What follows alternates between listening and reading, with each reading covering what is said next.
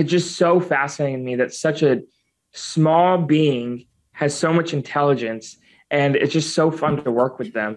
And also, I get to work with, you know, I have like 40 species of anoles. It's just cool to be able to have such a variety of stuff to work with and learn so much. While if I was breeding water monitors, this room would probably be able to house one or two breeding pairs.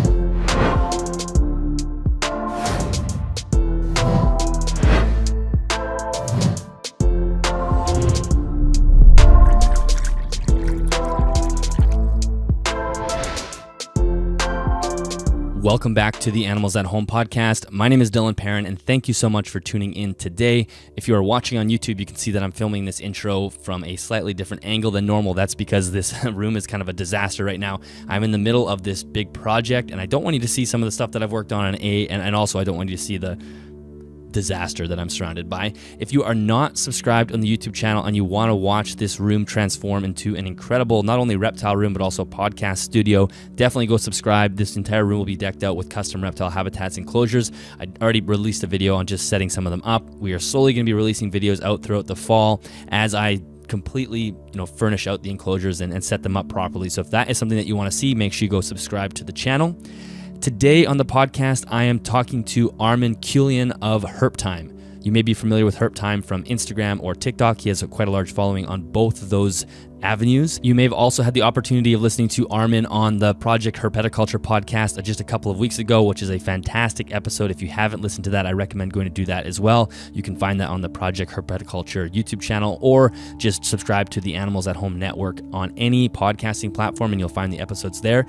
In this episode, we discuss sort of that dream that people have of being a reptile breeder. We all, that's something that we kind of romanticize, I think, a little bit in herpeticulture, and talk about how it's something that we all think about how amazing it would be to sort of live that life. And Armen talks about how he, fell into that role, what drove him to have a career that's focused on reptile breeding, but then also some of the stresses and the struggles of breeding reptiles, and talking about overhead, the expense of just heating and lighting and feeding and all the small things that end up being very significant that you don't think about when you're not actually breeding. And I think a lot of us romanticize it in a way where we sort of sweep some of that stuff under the rug. So it was fantastic talking to Armen about that. But then of course we discuss anoles. He specializes in so many different species of anoles.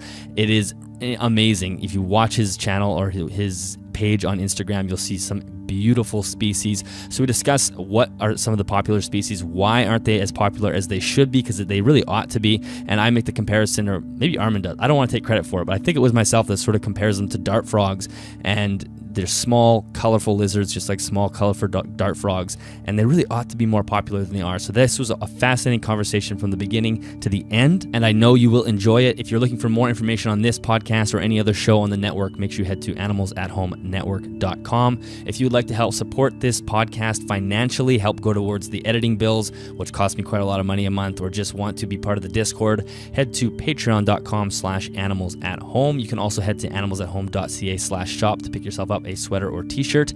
And thank you so much to Custom Reptile Habitats for sponsoring the podcast. Again, we will have this entire studio decked out in Custom Reptile Habitats enclosures very, very soon. And if you're looking for anything reptile related or a new enclosure, make sure you check out the affiliate link in both the YouTube description or the show notes. If you do make a purchase, a small commission will come back to me at no extra cost to you. Of course, that is another way that you can help support the podcast. And I think that is it. Let's jump into today's episode. Enjoy. Armen, welcome to the podcast. Thank you very much for being here. Thank you for having me. I'm very excited. You're one of those Instagram pages that tons of people follow, and it always catches my eye when I'm coming through. You have some great reels and just some amazing pictures of beautiful animals and beautiful enclosures. And the one thing that really caught my eye that we'll talk about a little bit later was how you sell your baby animals at reptile shows. So I want to get into that, and that's what really was like, I need to talk to this guy. I want to talk to more about that.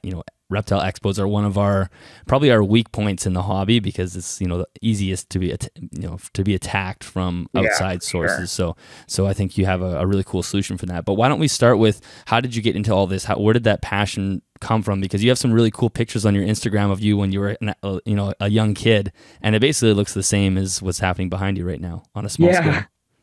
Well, I mean, ever since I was probably like 1 or 2 years old. I mean, my mom sat me down in front of the TV, and I would prefer to watch Animal Planet and Steve Irwin over like Blue's Clues or Disney Channel or any of that, Sesame Street. So I just kind of always been into that stuff. I was preschool, I was catching lizards and doing, I mean, what everyone does as a kid, but I was obsessed. So I would catch them. I'd make little jars and put snails in the jars and keep them alive as long as I could. And my parents got me my first, they got me a snake before a lizard. I got a snake for my fifth Christmas, and then lizard was my sixth birthday, leopard gecko.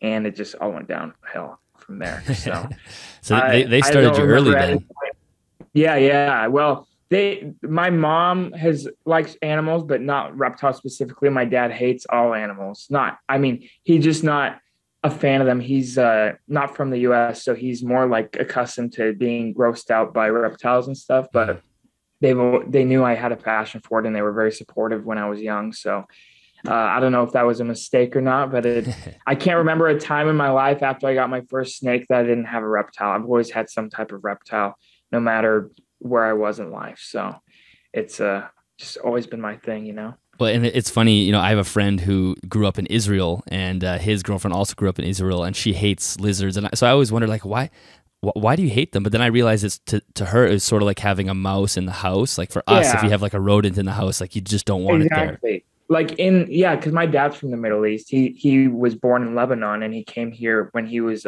barely a teenager. So I mean, over there, there's reptile. If there's a lizard on the wall, is the same as a mouse in your house. You know, it's like just you look at it like if there's roaches in your house, it's gross. Yeah. So no one think over there they're pests. Hmm. So that's how it is. But it's just culture. So I mean, obviously it is people. Some people have roaches or rats as pets, and a lot of people think that's weird. So just teach their own, you know. Exactly. So, Yeah. so then, you are sitting behind or in front of a bunch of animals right now. And so there was a massive explosion over the years. Did your keeping just slowly increase over time, and then that brought you to where you are today, or how did it evolve? Yeah. So basically, I've always kept stuff. I've always been breeding stuff on a smaller scale.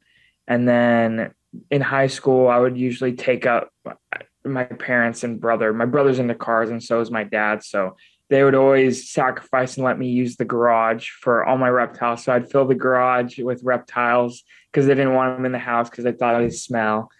So the garage was always full of reptiles. And then when I went to college, I had to downsize a little. But even in my dorm, I had an unbelievable amount. It probably was a health hazard to have that many reptiles in such a small area where I was sleeping. But I still was breeding leopard geckos, and I had all sorts of fish tanks and stuff in there. And then I've been out of college a few years and just started picking back up the collection. Whenever I had money from other jobs, it would just go back into the reptiles. And it's not like they're just pets, you know. I was able to capitalize on them and get stuff that I could breed so that it would self-sustain itself, or even more, I wouldn't have to take money from my other stuff to support it. I could use the money I would make from them to keep building my collection. So eventually, just by having other jobs, I started it got so out of hand I couldn't just use a garage anymore. I had to go rent a space where I started breeding my stuff, and um, it just kept going and going until I quit my day job, and this is kind of where I am now. It's amazing. And so before we Yeah. get into, the animals that you breed, do you have animals that you consider pets? Are there things that are outside of the breeding operation that are just yours? Yeah, the only things I just have a few lizards that I would consider pets. I just have like my crocodile monitor, which I would consider a pet, which even then I'm considering trying to find a female for him. But he is definitely a pet. And then besides that, I don't really have any pets. I haven't had a cat since like uh 6 or 7 years, and I haven't had a dog since I was 10 years old. So it's just kind of strictly reptiles and mostly for the breeding. Even though I mean I love each and every one, but um the only pet I would consider that is kind of priceless is my crocodile monitor. Hmm. Do you keep the croc monitor at the facility you're in right now? Yeah, yeah, yeah, yeah, I do. So what is the facility you're sitting in? This is just a like a warehouse type thing that you rent, or? Yeah, so it's a warehouse type thing. It's a two-level building. So upstairs, this is all my breeding stuff. And I just moved into this bigger one the past few months. So this is all my breeding is upstairs. And then downstairs, I'm going to be building some more display type enclosures. Like I'm almost done with my crocodile monitor enclosure. It's a, I know you're in Canada, but it's a 12 feet by 6 feet by 7 feet. So I don't know how it's like a three, four, almost 4 meters, whatever you want to convert. Honestly, most Canadians operate in feet for good. Enclosure dimensions. Yeah. So they know. So it's a huge enclosure. So I'm building a few huge enclosures down there just to display some of these things because it just you can do so much with the stuff I have. Like any reptiles, it's just so much more fun to watch them in a enclosure they enjoy. You know, I mean, I'm not totally against rack systems or anything, but I just think it gives me more pleasure to watch something enjoy its life to the fullest. So why not do it? Because that's what I like too. I like building them. So the downstairs is all going to be displays, and upstairs is all my breeding. This is one of the rooms. I have 4 rooms up here. So for the downstairs, the display area, is that just going to be a place for you to hang out and bring people in, or what's the purpose of that for you besides the enjoyment of it? The purpose is, well, I do a lot on social media. So the purpose is I'm going to be filming all of it, building all these enclosures. And then I hope I'm able to start kind of a movement where more people want to build these showcase pieces. Like you can imagine people in their living rooms, they have a 200-gallon fish tank. Why doesn't everyone have a 200-gallon vivarium, you know? Mm-hmm. And it's just as cool to watch dart frogs or anoles or geckos just do their thing. So that's my goal is I'm able to, you know, kind of move people in that direction because yeah, it's cool to have a ball python that you can hold or a bearded dragon. And even then you can build something beautiful for them. But there's so many underrated species that just like a tropical fish you can't hold, but people spend crazy money on their tanks. You can still watch these and enjoy them. So that's just my take on it. And hopefully I'll build some samples down there and then maybe start building for other people. So that's my goal with that. Well, it is interesting the way you know, we always compare the aquarium hobby and the reptile hobby together. And the aquarium hobby, it's sort of a known thing that you are going to, not everybody does this, but a lot of people will buy an aquarium to create a display, right? You're creating this feature in your room where reptiles, even though there's huge potential for that, it doesn't happen as much. And yeah, it's sort of like there's a gap in the, sorry, I don't know what's going on with my voice today. I think I was sawing lots of stuff and I got like sawdust in my lungs, but there's like a gap in the education with the buyer almost. I know it's so strange to me because I've always been besides this, I'm into planet tanks and reef tanks as well. So it's like you go to a fish store and before you buy even a fish, 6 months, you're spending 10 grand on a reef tank before you put the first fish in. That's a clownfish that maybe costs $20 or $30. Yeah. So it's like, there's so much more to it than just the snake or the lizard. You know, people have rack systems and each rack has a snake that's worth 10 or 20 grand, but it's displayed terrible. And I'm not bashing rack systems. I mean, if you're trying to make money breeding snakes, there's not much of a better way. But at the same time, if you have a pet snake, it doesn't make sense to just put in a 20-gallon on Aspen with a coconut hide.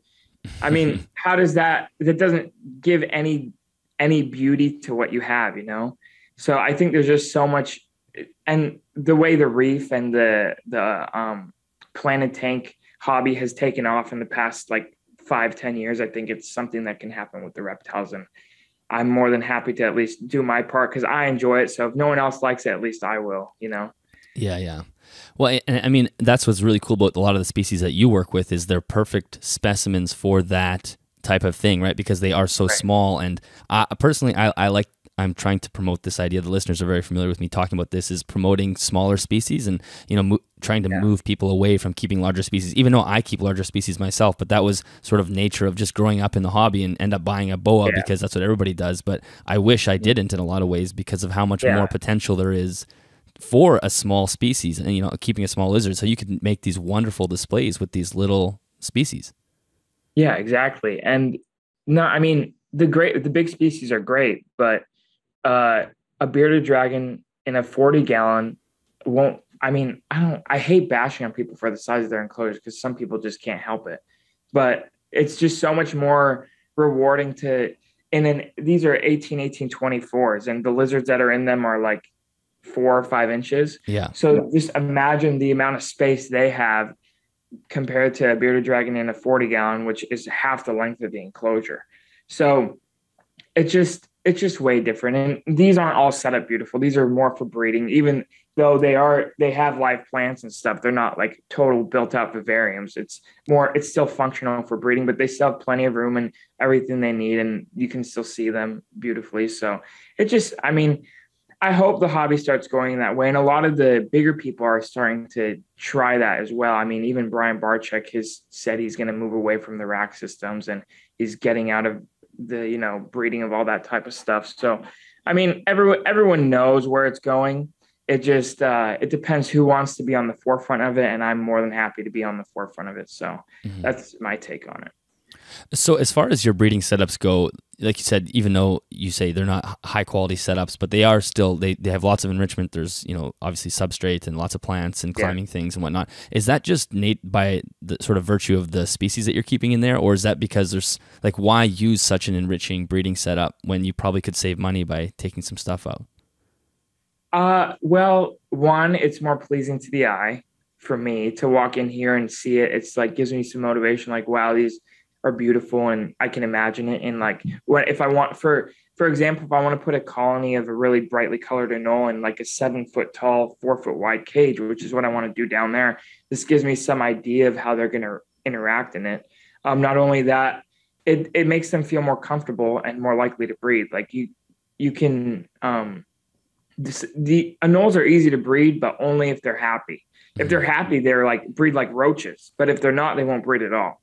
So it's just giving them what they feel comfortable with. And I could get fake plants, but it just doesn't look the same to me. Yeah. And I can get, I don't know, like the Zoom Ed ropes, but it doesn't look the same to me as real branches.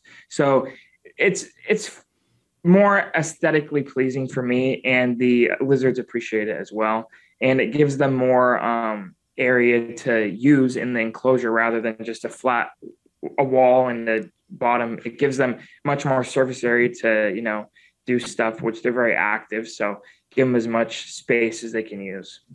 Yeah, I mean, I like the way it looks, and I think it definitely is eye-catching for sure, and it looks a lot better. Even something as simple as on social media, you standing in front of all those enclosures, it's just something that a person who's not a reptile keeper might stop and go, well, what is that? That looks pretty cool. It looks a lot cooler than a room of drawers, which no one knows what's going on if you're not in the hobby. Right.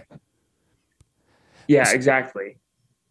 So, what was there's something I was going to say. Oh yeah, that's right. You were talking about, utilizing the space, and that's another really cool thing about smaller species is you can use the vertical space a lot easier because they're so small and so light. You can really pack it full. Like with the bearded dragon, you can do that as well, but the branches are going to be a lot bigger. It's going to be a lot harder. They're not as nimble as something like a small anole. So, did something draw you toward? Actually, why don't we just start with what species are you breeding? I mean, you're not just breeding anoles, but you can kind of list off. You don't have to list off everything, but tell us a little bit about what you are breeding at your facility. So currently, I'm breeding the majority, probably 75% of what I'm breeding is anoles. I just gone crazy with them because they're just so amazing to me. I've always loved them, but just really gone crazy the last year or two. And then I have other like smaller gecko species like Spherodactylus, Sordidactylus, Lygodactylus, Phelsuma. What else? Let's think. I have some dwarf monitors like Varanus kingorum, just tiny, miniature version of a monitor. And they're just so awesome. And then what else? I have different type of, just really all I'm working with is really small species like Tachydromus. They're grass lizards. They're like, I don't know if you know Gastrophilus, the green-keeled lizards. Yeah. The Tachydromus are a third of the size and never going to bite you. And they are so friendly, and they're just the better version of those. And I think the those are, and the Gastrophilus are a better version of a tree monitor. So these are just like the ultimate, I think. Um, so there's just so many tiny species that I work with that they're just so cool to me. But yeah, it's mostly anoles, I would say. I'm going in a circle answering your question, No, but that's good. yeah, it's 75% anoles, and then the rest are like random stuff. So what drew you to keeping smaller lizards? Obviously, that sounds like what you pretty much gravitated towards. Was there Yeah. something specific about that you said besides all these other bonuses that we've already talked about? Um, I just think it's so cool that such an intelligent life can be in such a small package. You know what I mean? Like I look at these anoles and they look back at me and they're like thinking, do I need to run away? Are you going Hmm. to open it and throw crickets in? What are you doing? Like just how a monitor is thinking. These are almost as smart as a monitor lizard. You know what I mean? So it's just so fascinating to me that such a small being has so much intelligence, and it's just so fun to work with them. And also, I get to work with, you know, I have like 40 species of anoles. It's just cool to be able to have such a variety of stuff to work with and learn so much. While if I was breeding water monitors, this room would probably be able to house one or two breeding pairs. Yeah. So it's just cool to be able to have so much variety. And I love, I mean, all reptiles. So it's the more I can have, I'm like essentially a hoarder that tries to do it the right way. Yeah. So the more I can have, the more species I have under my belt, the more accomplished I personally feel. So that's just why I do it, because they're just easier to fit in a smaller space. Yeah. Well, and it seems like, looking at your Instagram page, there's so many species of anole that I've actually never even heard of or seen before, which is really Yeah. incredible. And it seems like there's huge potential for anoles to sort of emulate the dart frog community, right? Where you have Oh, very sure. similar lizards, or very similar species, but you can do so much with them.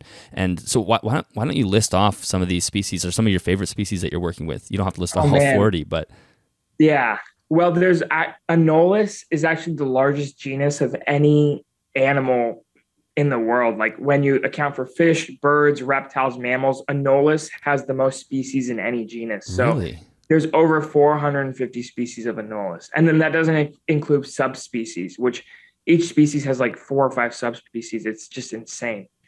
So I have one of the favorites everyone really likes is Anoles grami, which is the Jamaican turquoise anole. They have like a turquoise body that fades into a bright purple tail. It's just so cool. Another one that everyone seems to like, even though it's so simple, is the brown anoles, but the extreme red phase. It's a line bred trait that there's naturally occurring kind of rusty red color ones in like Florida and stuff. So people wild catch them and then they just start line breeding them to create these insanely fire truck red anoles. So, and then another favorite of mine is Anoles roquette. They are the Martinique anole. They just come from the one tiny island of Martinique in the Caribbean. This whole wall is full of them. There's 6 different subspecies of them, and within each subspecies, the variation is so insane that I'm literally taking all the babies from this rack of what is this 24 cages, and I'm holding everything back and growing them up, and then I'm just going to start line breeding them as well, just because some have like black heads, blue and green bodies, huge yellow spots, white bodies with black stripes, and it's just so cool. And each baby pops out different from the same pair. So it's like I'm just trying to refine this to make them even cooler than they already are. So those are just some of my. Obviously, there's the big ones like the blue beauties. Everyone's gone crazy about. Those are awesome. There's also larger species like Anoles scarmani, the Jamaican giant anole. I just got a pair today actually from my friend David Dean in Texas. He's a super cool guy breeding some big anoles, and I'm getting some more from Europe next month. But they are like an anole this big, and they are bright green with stripes. They're just such an amazing species.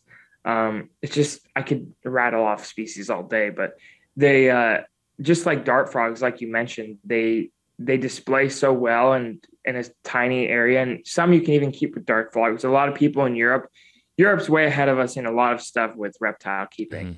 Mhm.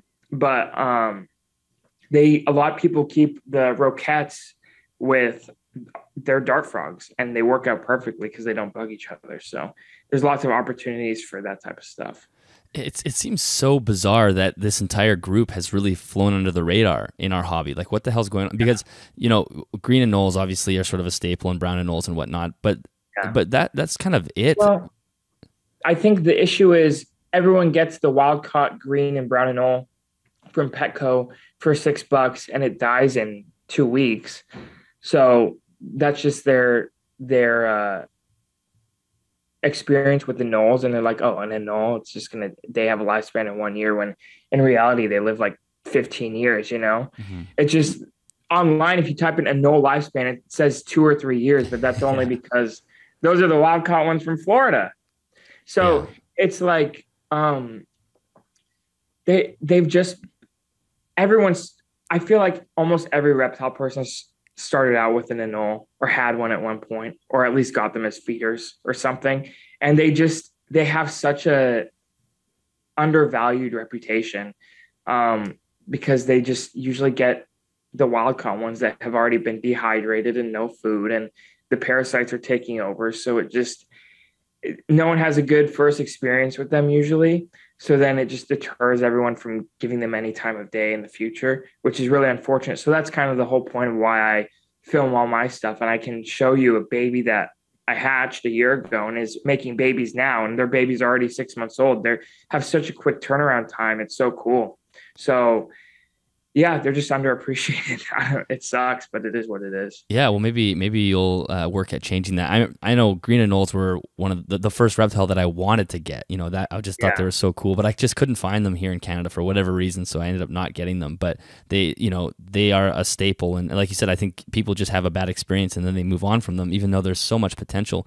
Are a lot of the species, or the more obscure species that you work with, are those having to come in through wild caught, and then you're breeding with wild caught pairs to establish a captive bred colony, or is there a lot of captive breeding already happening? Majority of the stuff I'm getting is from Europe, whether that is, I mean, Europe has always been into the smaller stuff.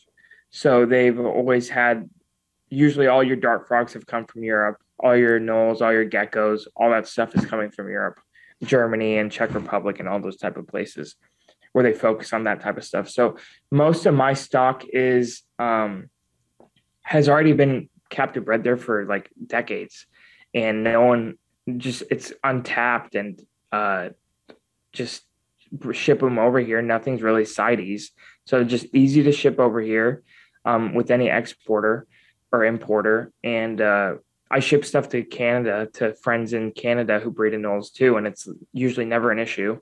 So it's all there. It's just untapped, and once people start and it's also unfortunate because over there, the people that are into it are the old timers that don't have any social media or reach or anything. They don't care at all. They've visited a place and they found these lizards and they've loved them and they've been breeding them for decades. Hmm. And I've literally bought out some of the collections over there that have been going on for like 20 or 30 years. And now I'm the only one with a certain species in captivity. Like, for example, Jamaica, you can't export anymore. So I have the Jamaican Twiganol. I basically the only breeder in Germany. I bought out his whole stock, and they want me to send back some babies when I can, because now no one there is breeding them. Mm. So there's like 3 of us breeding them here. So it's just crazy how everything fluctuates, and when people lose interest, just species can die off in the hobby. So that's kind of my goal, is some of these things, I don't want them to die off because they're so amazing. And it'd be a shame to lose them, because a lot of countries you can't export from anymore. So whatever we have in captivity is what we have left. Right. That's a good point. And then, you were mentioning there's obviously such a wide variety of species and subspecies, and I'm sure a lot of these animals could easily interbreed or you can crossbreed the subspecies. Are you pretty careful or concerned about keeping things tight, or? Yeah. So I haven't, I definitely don't try to crossbreed any subspecies or species at all. All of these are even localities, and I try to keep the localities kind of separated. So that's why we can talk about it in a little bit. I've been using little jars to house each individual lizard, and I write down the pairing, their locality, their species, their hatch date, versus throwing a bunch into one enclosure. I'm starting to do that now that I'm holding back stuff, and I'm keeping track of who's who, and I could put siblings together in one grow enclosure. But when they're small, I'm keeping track of each and every baby that I hatch, so that I can keep track of who's who has what locality and stuff, because I want to keep stuff as pure as possible, because who knows the day when Martinique doesn't let you get stuff anymore, and then these lizards are never accessible wild caught, and we're just stuck with what we have. So I want to try to keep as many variations of what I have going. Mm-hmm. Yeah, no, that's really good.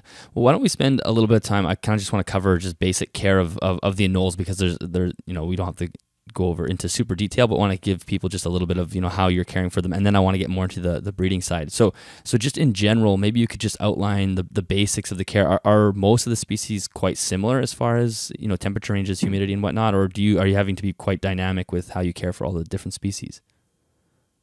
Majority are very similar, because majority of the species in captivity are from the Caribbean. So the Caribbean all has very generally the same climate. So it's pretty hot in this room. This room is literally 82 degrees. Oh my God. And yeah, so I'll explain how I keep them, and I'll explain how the general person at home might want to keep them. So this room is 82 degrees. So that's the ambient, or the substrate temperature where they would want to lay the eggs. And then I have these dual T5 UVB fixtures that put off quite a bit of heat. So at the top of the enclosure, when there's a branching at the top, there are hot spots around 95 to 100 degrees, which they love to hang out in. And then the mid section of the enclosure is mid 80s to 90. So that's how I keep them. And obviously, if you want to keep them at home, you might need a little more of a basking spot than just the dual T5 fixture.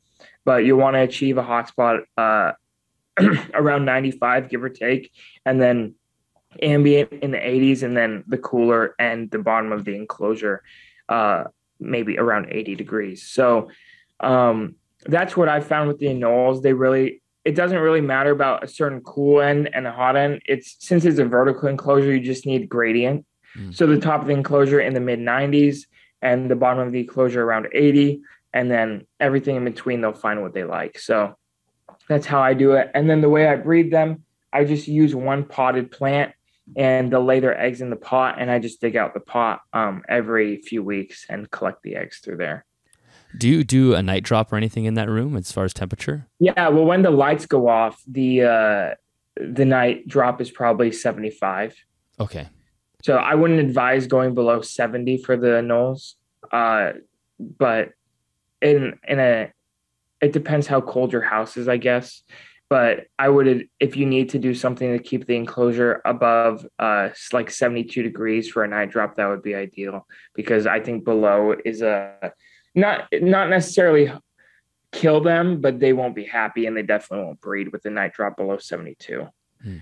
Yeah, I mean, the Caribbean's pretty stable as far as the temperature goes. I imagine it's not going to be fluctuating too much. Right, exactly. So they are pretty basic. It's not overcomplicated. Yeah.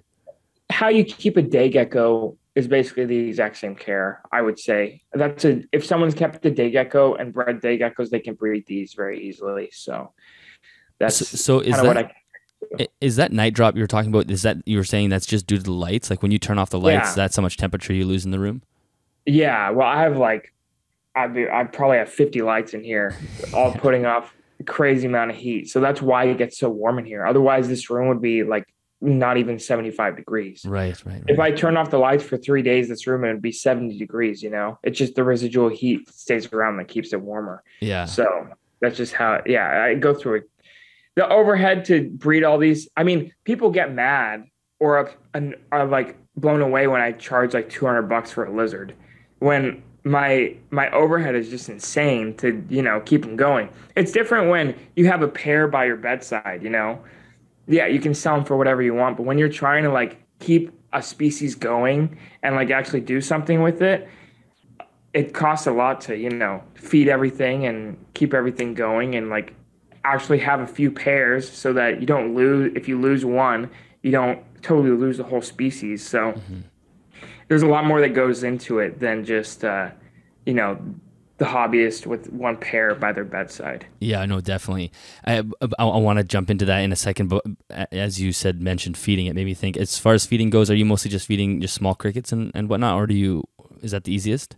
Yeah, crickets are the easiest for the adults. I feed crickets, and then sometimes I'll throw in mealworms, or if I have like black soldier flies, I'll let the larvae morph into flies and then feed those off, stuff like that. I try to vary it a little, but the majority will be crickets just because that's the easiest for me to get. But they do good with that, and I uh, I don't dust the calcium too heavily.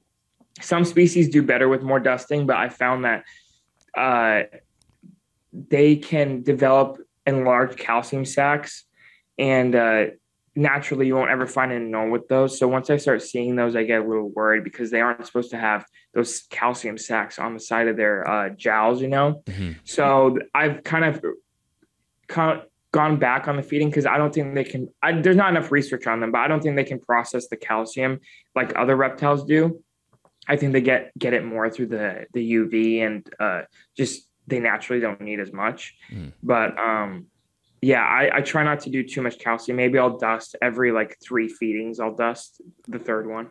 Yeah, So yeah. It's interesting that you say that because my day gecko is because we see the same thing in day geckos with the yeah, females having large glands, and mine does have that, and I got her that way, and I always and I know that's you don't see that in the wild at all. People say you'll yeah. never find a female like that in the wild, so it must be from I think oversupplementation. it's the same with day geckos. I've noticed too. I think it can be fatal because I've seen it happen to my friends day geckos. I've seen it happen with some of my anoles that I didn't catch on in time.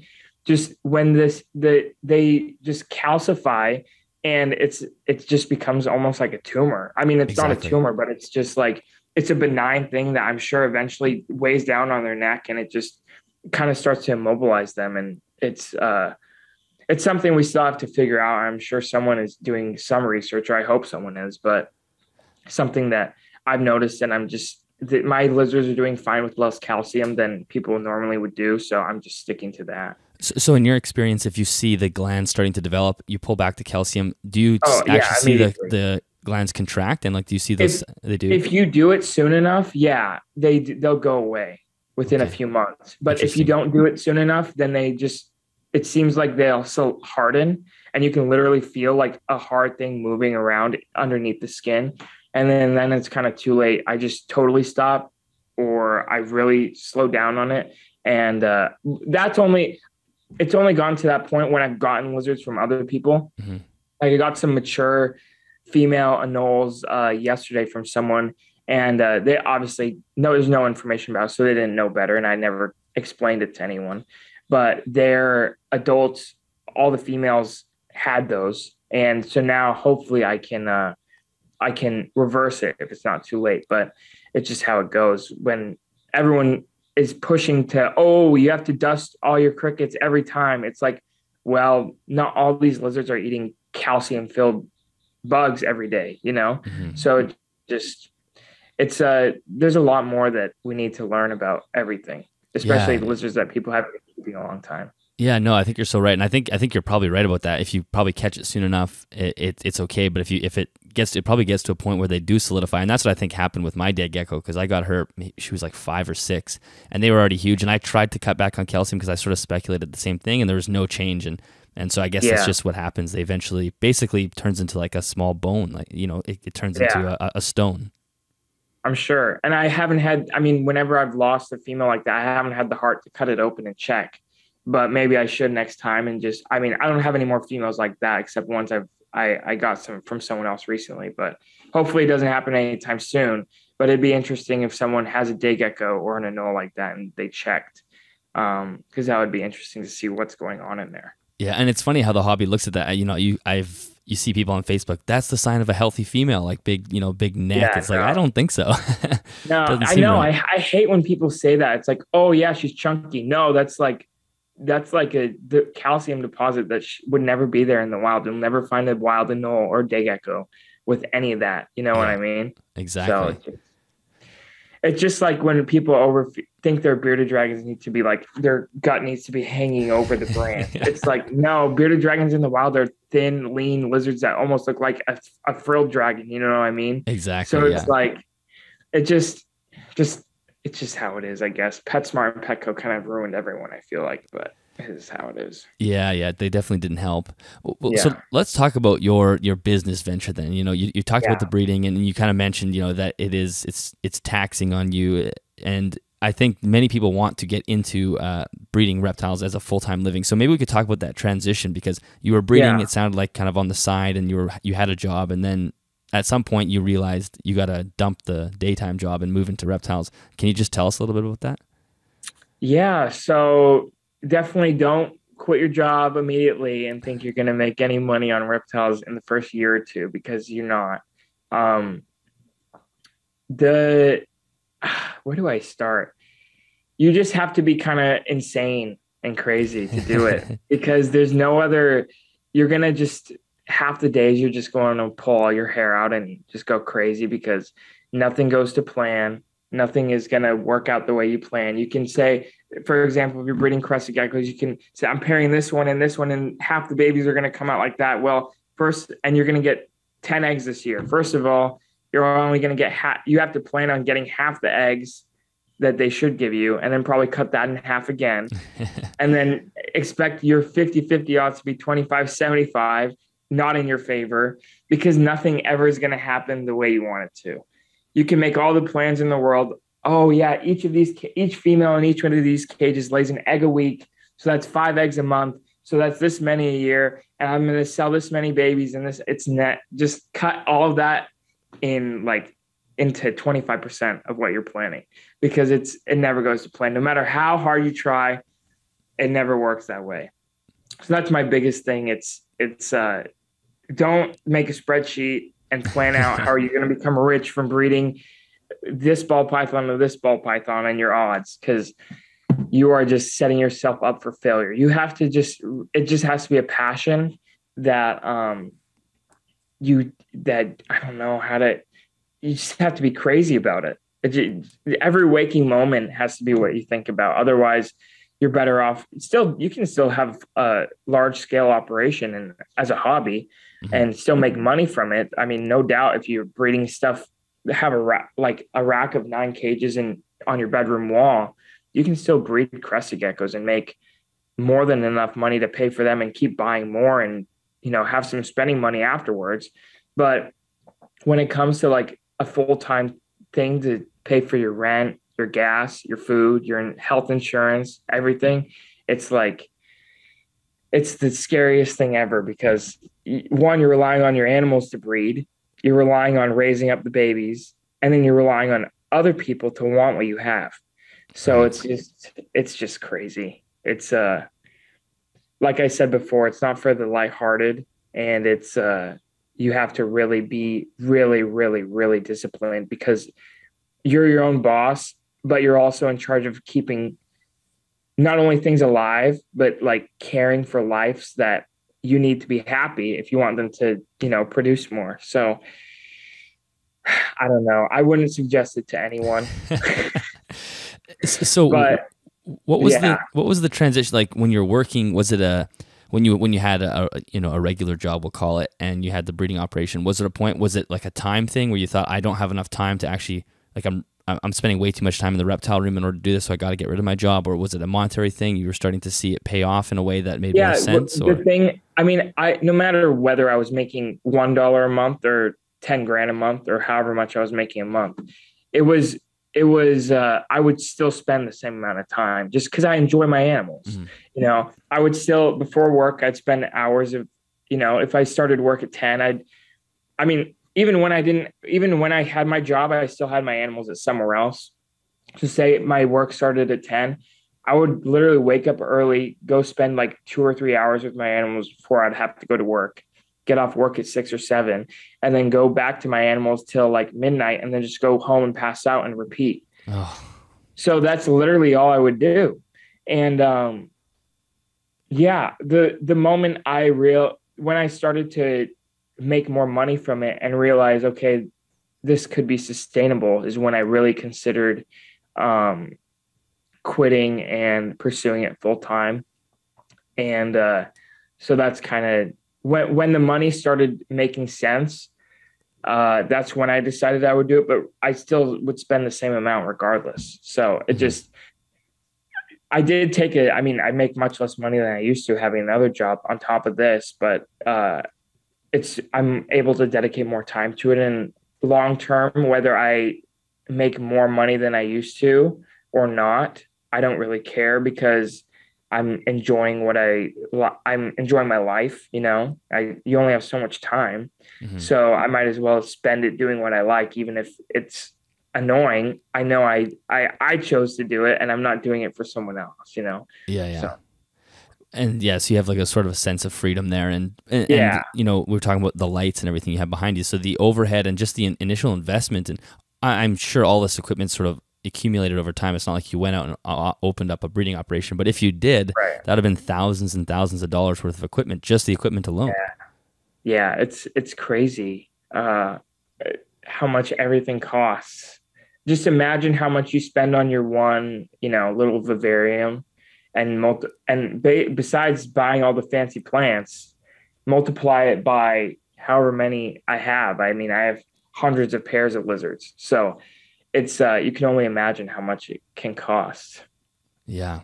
Well, and that's, I think, one of the things when people want to get into breeding reptiles as a full-time business, it's sometimes easy to forget like all those.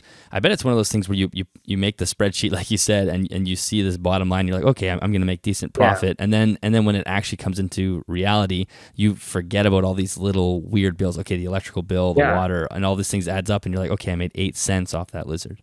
Exactly. Well, yeah, once you add up your electricity, your water, your feeders, you're going to, I'm assuming, unless you have some type of bioactive setup, if you have snakes where you're going to change the bedding, you're going to run out of, your light bulb's going to break, your whole, light fixture might just go out. You have to account for all that. And then also you have to account for your time. Is your time, how much do you value your time? If I'm honestly, the amount of work I do, I probably am making under minimum wage. Yeah. You know what I mean? Yeah. Because it's like, just an insane amount of work. The overhead is great. Even if I'm more than breaking even in a month, when I go back and count the hours I worked versus how much I take home, it's just, you don't want to do that math. Yeah. I don't even think about it. I try not to, because it's just literally every waking hour besides taking a shower, brushing my teeth, and getting lunch, I'm here. So it's nuts. How far is the facility from your home? Like 3 minutes. Oh, okay. That's great. So you just walk there? Is that close enough to walk? Or? Well, 3-minute drive. It would probably be like a 20-minute walk. Okay. But so it's close. Yeah. Okay. That's good. But yeah, I mean, that's expensive too, renting out a facility and doing all this, but you sort of have to do that. You can't have all that in your home. Yeah, exactly. I have 3,000 square feet. So it's bigger than my house. So was it a commitment to do that?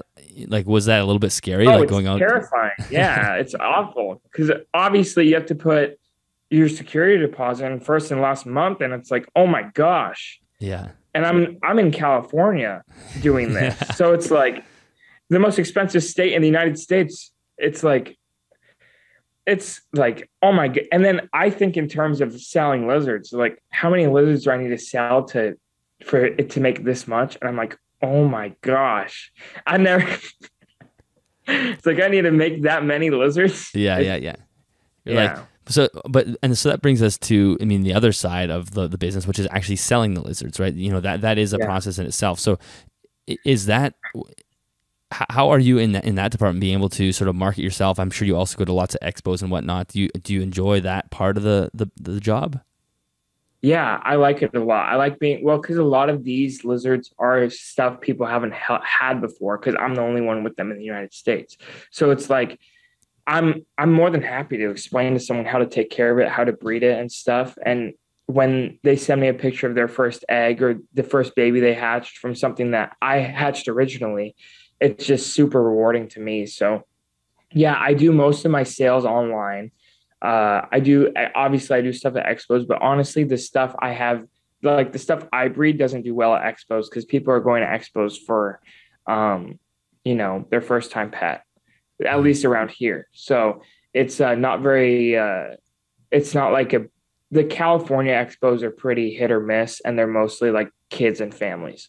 So like the we I had one last weekend, but the one 2 or a month ago was literally um across the street from Disneyland. So basically, the Disneyland crowd came to the expo. So you can Uh, only imagine how it is selling, little Anoles. Not, I mean, that are a few $100. So it's not that easy. But online, people appreciate them, and also I've built a following, and I can show off how incredible they are through video and photo, and that has definitely helped. And also, what I've all this is something that all reptile people need to consider. And a lot of people have been doing it forever, but a lot of the newer ones don't understand it. Trading is really important. mm, So, for example, I've been doing like all week. I've gotten shipments in with stuff and shipping out that stuff I've traded. Like other reptile people that are super interested in this stuff. Um, I can ship them a pair of my lizards for one of their lizards or a pair of their lizards. That is much easier to sell because they're much more um, sought after by more people in the hobby. So, for example, if I don't know, I ship out a bunch of anoles for someone and I trade them for a frilled dragon, it's much easier for me to post the frilled dragon on morph market and sell it in a quicker time than the mhm. anoles if it's the same value. That's one way that I've also been able to do good until the anoles are picking up more. But that's one thing I had been doing a lot in the past and I'm still doing is trading to equal or higher value animals. Mhm. I mean, I hate putting value on animals, but since this has become my living, it's just what I've had to do. Yeah. So it's just the way it is, unfortunately. But that's just what I've had to do, and it works. And obviously, when I get an animal, I don't just flip it the second I get it. I'm spending, at least like 2 weeks, a month with it, making sure it's all good because my reputation is much more important than any dollar I'll ever make. Right. So I don't want to send anyone ever a sick animal. So that's just that's just the name of the game if you want to survive doing it. And it's the unfortunate name of the game, but how I've been doing it. Well, especially when you're working with species that are slightly more obscure and slightly more or less known, it's like you said, you can't just post it on Morph Market and assume somebody's going to want it. You got to find like that specific person that wants it and goes from there. Yeah. Let's talk a little bit about those jars because you mentioned it earlier and I mentioned at the Right. top of the show that really attracted to me what you were doing. So what maybe you could just tell us, how you use those jars and how you sell them. So the jars, I raise my babies up in those for the first month or two, it's easier to keep track of them. They can't get bullied by the other babies. I can make sure they're eating, make sure everything's going well. And then it's also easy to take the show because, well, even the babies, most baby anoles are born brown and they don't get color till they're more mature. But regardless, it looks weird to just have a baby anole in like a deli cup or any anole in a deli cup because they just immediately fire completely down and look like a brown anole. Mm-hmm. So that's where the jars come in at the shows. The jars I use, like I'll put sticks, or this last show I put like branches and then air plants and all sorts of stuff. So now these anoles are firing up like how they would here. And now you can totally get an understanding of what I have. They're not just brown anoles. They're like these insane, colorful lizards that look like a tropical fish. So that's the way I found that displays them best because just like a gecko, they fire up and down, but I would compare them to a chameleon, but even more intense with the way they can fire up and down. It's just within seconds, they can go from insane bright blues and greens and yellows to completely brown. You would think it's a brown anole. Wow. It's just crazy. So that's how I do it, and it's been working. So what? I guess for the people that are just listening and that have not seen them, are those jars? Are those jars like baking jars or something? Like you would store sugar in them? They're called sprouting jars for people who are growing microgreens. Oh, okay. So it's a jar that has a lid that has screen on the top. So usually you're sprouting different microgreens for your smoothies or your salads or whatever. I don't use microgreens, but whatever vegan people use, that's Yeah. of course. And then you actually sell that jar if someone was to come to the expo and buy one of the animals, they go home with that? Yeah, I give them the jar just so that if they don't have a setup for the Anole yet, they can keep it in there for a few days rather than a deli cup. All you have to do it. I mean, obviously they need UV, but they can go a few days without it. Hmm. You just mist them in there, and they're fine in there. And yeah, it works out well. So it's worked out. That's what I loved about that solution is it sort of solves two problems. The first is optically it looks a lot better to see these like little planted jars with Yeah. a tiny little lizard in there. If someone were to walk into an expo, it looks like, okay, this person's selling animals and it has, each jar has a high quality of care. And then the Hmm. second thing is it sort of protects the impulse purchase, right? Like if they're going to go home with their Yeah, deli cup for sure. and who knows what they have at home for a setup, this at least gives them, like you said, it's a tiny lizard. It could be in that jar for a long time. If you gave it UV, it would be good for quite a while, I assume. Yeah, for sure. And also it's kind of a better wrap on reptile shows. At least my booth doesn't, I don't have a ton of little deli cups with snakes that are packed in because I go on TikTok and I see videos of like other people posting videos of reptile shows, and the people who understand know it's just temporary. It's like the snakes are fine. They're not gonna, and the crested gecko is fine. They're not gonna die in the deli cup, and they're not in any danger. But anyone random that scrolls through and sees all these reptiles in tiny cups Exactly. under bright lights, they're like the comments are just like, oh my gosh, poor lizards, poor snakes. Why are they forced into those? Why do we have stuff like that in America or Canada or wherever? And it's like, it just, I totally understand what it looks like from the outside.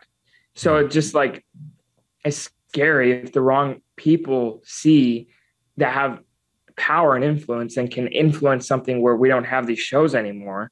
It would just suck. So I'm trying, it's at least I can only do so much. I mean, we can only all do what we're capable of, but at least I try to do it in a way that displays the animals because like my lizards, I have to display them that way or they won't look happy at all. Mhm. So uh it just it puts everything in a better light, and I do my part at least, and hopefully other people can do it too. Obviously not realistic if you bring 100 snakes, you can't set them up each in a 4x2x2 at the expo. Yeah. But at least it's just such a hard balance because there's no right way to do it for the outsiders not to freak out. Hmm. But I don't know, it's just it's a weird situation the reptile hobby is in because the expos, they don't have they look rough from the outside. Yeah, absolutely. And I mean, obviously, you have an advantage with the animals that you sell being so small. Like you said, it'd be Right. much harder if you were. Although a lot of the animals at expos are tiny. Like, I mean, even a boa is going to be quite tiny. So maybe there's something Yeah. we could do there. But obviously, that also adds to the overhead of the price of the animal, right? Because that's probably I'm sure those jars aren't that cheap, and setting them up and putting plants in them, it's got to be worth something. Yeah. No, it does cost me extra, but again, I'm selling at expensive and all. So, I mean, I'm fine taking a loss. I don't.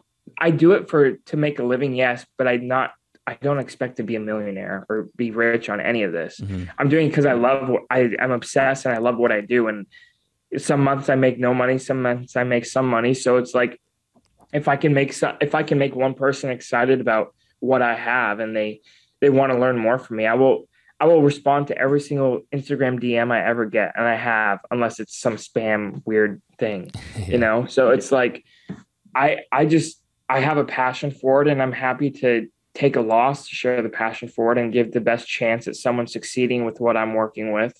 So that's just I mean the jars cost me like $7 each. I mean I'll bake it into the price of the lizard. I'll take a loss on it. I don't care. It's Hmm. just it benefits the lizard. It benefits the keeper. Uh, it benefits everyone in the long run because if they have a good experience with that first one, they'll remember my name. They'll follow my Instagram. They'll take my card. They'll message me in a year for more, and then they'll become like me one day. Yeah. It all starts somewhere. Yeah, exactly. Well, let's wrap up finishing talking about the social media side, because you do have quite a large Instagram following, and I'm not sure what you're on TikTok, but I'm sure it's probably decent as well. And so Yeah. how did the social media get folded in? Were you always someone that was quite strong in social media, or how did that develop? Yeah, so I've always been into social media. I mean, it was my full-time job before Okay. for a few years. Yeah, managing social media accounts, and I still do it here and there. Just like I said, lizard breeding doesn't always cut it. So I have backup part-time stuff that I still work for other people when I have to. And I still do photography and stuff as well. But I've always been into the social media, and then just recently I decided, you know what? I really need to push it if I'm gonna sell what I'm selling, just to make them popular, because there's no other way. I mean, it's just the age we're in, and but it's a beautiful thing, because there's no other time when you could have reached as many people so easily. Hmm. So it just yeah, I've always been into it. The Instagram, I really only started pushing it the past like few months, and it's grown a lot. Like uh, probably in the last few months, I've tripled my followers, which is cool. So it's cool meeting people at expos. And last expo last weekend was the first time ever someone ever wanted to take a picture with me. I'm like, yeah, I'll take a picture with you, but I mean, I just post lizards on my hand. It's Yeah, yeah. like not a big deal, you know. It's not like I do anything. It's like someone had me sign my business card. I'm like, and they're kids, and I'm like, oh man, this is wrong. But it's funny because of that, especially the younger generation. They see the number of followers, and I think you're at around 80,000 followers right now. They just see Yeah, that there's just so much social worth in that I that know. it, they just it's like gold It for them. sucks that that's where someone gets their worth, when like someone that's, so much more experienced than me and has so much more under their belt gets no recognition.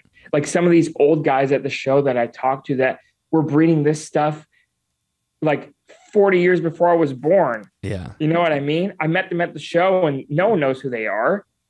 I didn't even know who they were, but they're so much more accomplished than me. And I'm the one that a kid wants to take a picture with. It's like, Yeah. it just is what it is, but it's just so funny. That's how the world we live in. So how did you go about growing the Instagram so quickly? It was just being consistent with the reels, basically making interesting things. Yeah. So the main pointers I give to anyone, and this will work for anyone if they keep trying and they eventually catch on. It's just catching on to patterns. And every month it's different because they're constantly changing the algorithm. But Instagram works in that reels are obviously they're pushing. So you're going to want to post at least a reel a day. You can even post two a day if you're ambitious, and it's good content. I don't think you should post content, just post content. It needs to be high quality. I think quality over quantity always. But if you can get the quantity with quality, you can do that too. But shorter videos, I think under 7 seconds is ideal for Instagram. And then you need a trending sound. So when you're unfortunately, you're going to have to scroll through reels. You're going to watch some reels to post a reel that does good. No one uses reels. Everyone uses TikTok, but you have to use it for a second. Go through reels. And then in the bottom, when it shows the name of the song or the sound, if there's an up arrow, that means it's trending. So you're going to want to try to use those if you can. You don't always have to. You can obviously, they have huge library of sounds, but those, if you just have a random video that you don't know what sound to use, those are your best bet. And then hashtags also definitely help.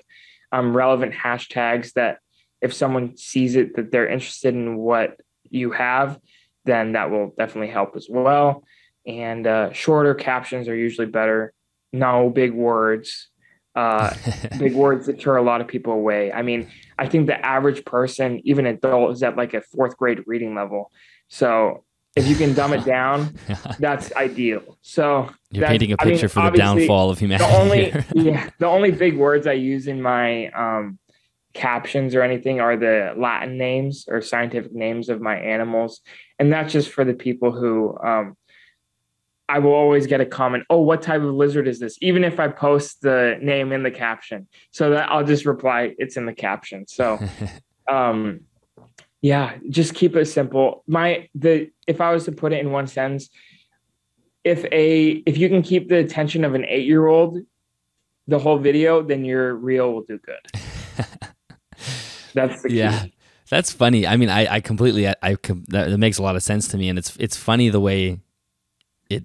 I don't want to say downgrade, but but it is entertainment, right? It's just this very quick, flashy, interesting thing, and like your reels have this beautiful landscape behind them of all the enclosures, and that's what really attracted me to your page at first, and so there is benefits to it, but there's also the downsides of social media. Like, do you think social media is a net positive on herpetoculture, or do you think that there's a lot of bad stuff on there as well?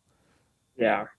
Well, I think it is a net positive because without it, I mean, just look at over COVID, how many people just got into reptiles. Like before it was, I feel like it was so much more niche. Like you were kind of a weirdo if you were into them. Hmm. But now everyone just had nothing to do. They were on their phones, whoever they saw with a snake or a lizard, it just like the reptile shows have like double as many people as ever, more kids, more adults, more like grandmas and grandpas that were on Facebook and they somehow saw a video of a snake.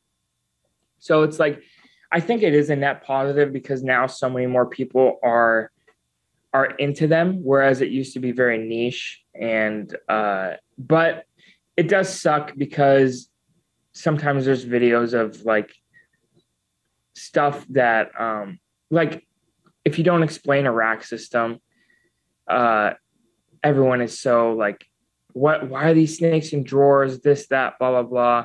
And like I said about the expo, if you have everything in tiny deli cups, everyone freaks out.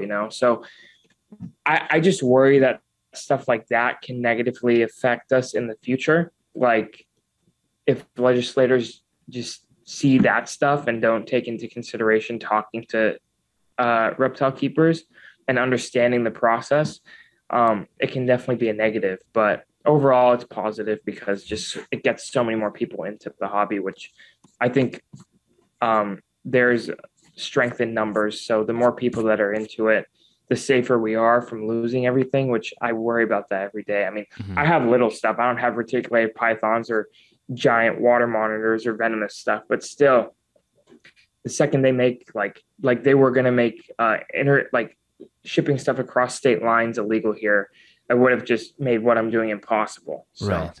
Yeah. yeah, it's just scary, but Yeah, so I think obviously, that there's a huge benefit there bringing people together. There's also lots of the connection is one thing, but education is as well. You can show people how to do things, and I think that's what your page does well. That's where I learned about your jars, for example. You can see how the quality of somebody's care doing a breeding operation, so that's really good. But I also see this trend, and I feel like this trend was first popped up on YouTube maybe like 5 or 10 years ago, and that was like the pet tuber thing where people wanted to get a room full of animals so they can have a YouTube channel. And I'm not sure that's as popular anymore, but now I see it moving to Instagram or TikTok, right? It's like animal mom or animal dad or something, and going out and buying these things, and you wonder because they're striving for that large following, right? They want that right. social credit, and you think, well, that's not the best use of this tool, but at the same time, you can see why they want it, right? You're famous to a person if you have 80,000 followers. Yeah, unfortunately. I mean, I still just don't understand why anyone would want a picture with me, but You're famous, it man. is what it is. Yeah, I guess so. Whatever. Yeah, it's yeah. So I mean, we got to take the good with the bad, I guess. But it is Yeah. interesting, and I think that there is potential for social media to be quite positive, and obviously it's done some good stuff for us since, especially in the last 2 years, like you had mentioned. Is there anything else that we didn't mention today that you wanted to mention before we wrap up?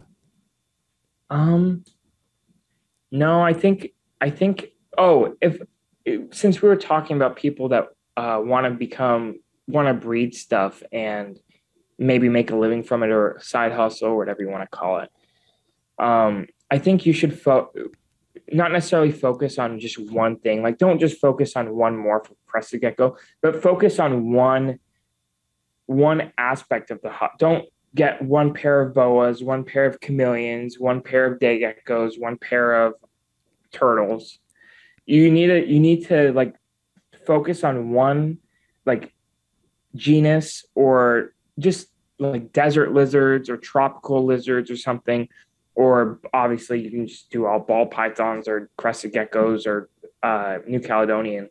But focus on just one genre basically that you can provide similar care. So you're not getting lettuce for your iguana and then getting chicken for your water monitor and then getting crickets for your leopard gecko and then mixing crested gecko diet for your gecko.